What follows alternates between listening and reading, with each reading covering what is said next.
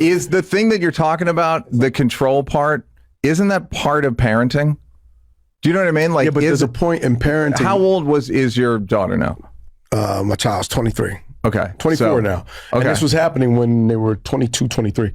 And for me, like... That's the let go time. That's like you're your own person now. Yeah.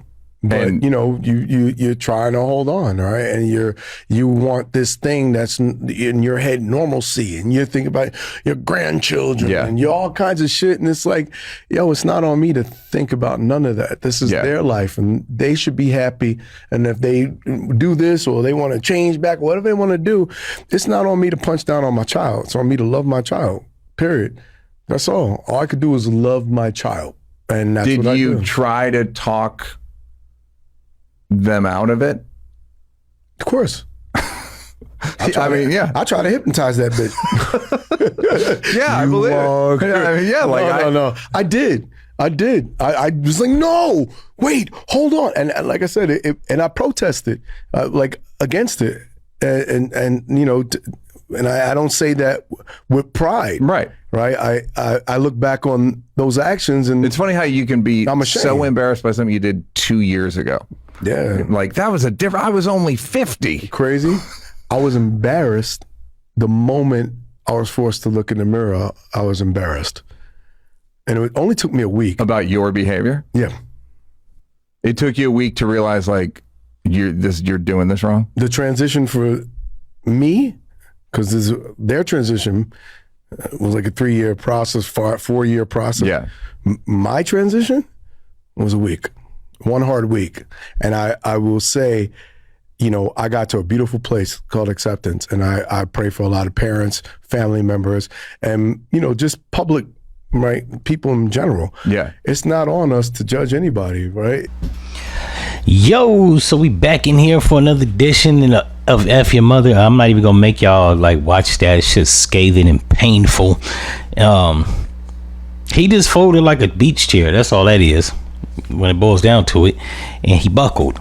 Now, I understand people gotta live their life, and I would be down for letting my kids live their life. However, if I'm a multi-millionaire, famous comedian, you just don't get no bread. It's not hard, right? Now, a lot of people are going to be like, oh, that's fucked up that you trying to control them. No, what I'm trying to do is garner a reputable legacy. And you going out here doing this, can we all be fair and real here? It's literally a disorder called body dysmorphia. It's a disorder. Why then, if it's a disorder, do we placate people's emotions like it's some normal shit? That's like if you had HIV. It's a disorder. It's a syndrome. You wouldn't placate somebody. I mean, maybe you try to get them the PrEP pill, right? But that's you want to be free, not undetectable. My point on saying that is, I've worked this hard, and for my kids to just think that, oh, this is my life, and just dash whatever legacy, and it's not the fact that they're quote unquote transitioning, whatever the fuck that means, right? I want grandchildren, and I want to continue the legacy. The only way you do that is by bearing offspring. And not only that, if I was there in their life and I groomed and influenced them and taught them and raised them correctly as to my likings, not correctly to somebody but mine. Any respectful child respects their parents, the manners they taught them, the respectability, the norms, the values.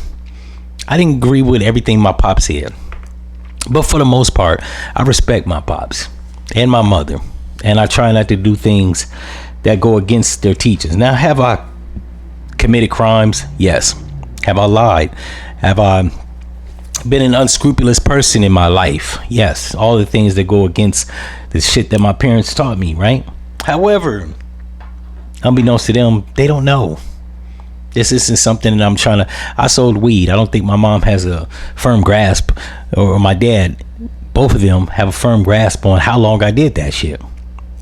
Now, I've scratched the surface with my mom, and I don't think I've ever mentioned it in front of my dad, because that's not how he raised me.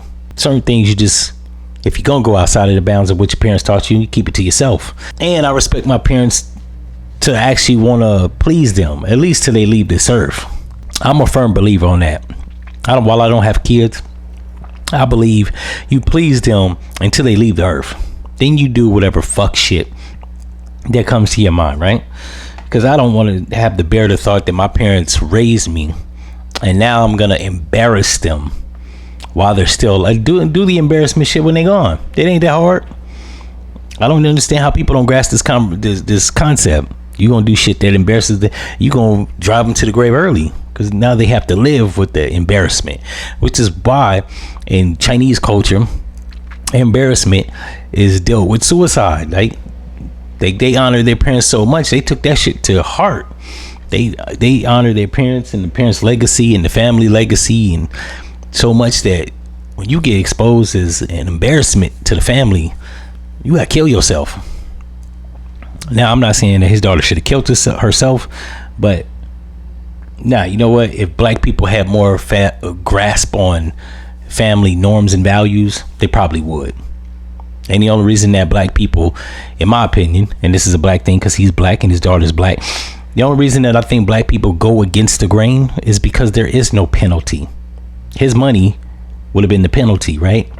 He didn't even try to exert that. He did, and then he folded.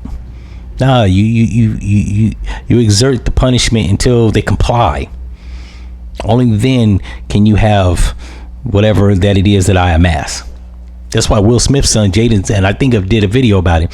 That's why he an idiot, running around airheaded as hell, never read a book, and just talking all in the abstract. That's probably why. In any event, if y'all think that I'm wrong, you disagree, leave it in the comments, and I'm out.